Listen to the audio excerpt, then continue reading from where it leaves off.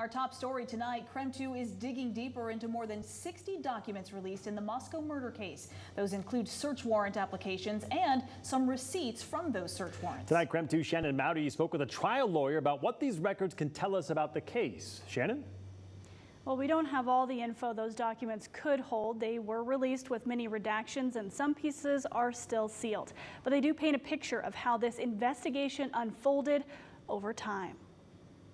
More than 60 documents released last week give insight into how investigators and prosecutors are making a case against Brian Kohberger. The volume of warrants that have been issued in this case indicate to me that they're casting quite a wide net, and they're trying to collect as much information as possible. That includes some warrants dating back to November, in the days after 4 University of Idaho students were killed. We're almost getting a retrospective view of where the investigation was back in December, and that is not necessarily where the investigation is now. Attorney Mo Hamoudi says some of the warrants are standard, including those for the social media accounts, financial records, and phone data for the suspect, as well as Xana Kernodle, Madison Mogan, Ethan Chapin, and Kaylee Gonzalez. One thing you do as investigators when you're trying to establish what has happened to a particular victim is you want to understand who they associated with. We know from the affidavit that investigators had identified Kohberger as a person of interest as early as November 25th. There are warrants for his phone data, Tinder account, and other social media.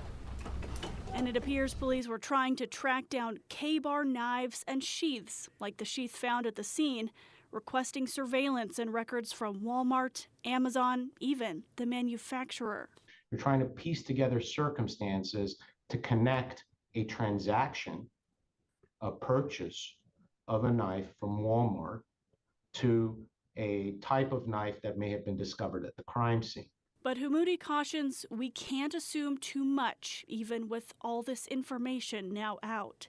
There are still pieces under seal and much more that'll likely be held to preserve this case until trial. What we don't have is the story put out to the judge to get all of those initial warrants, nor do we have the information they obtained from those warrants and where they are now.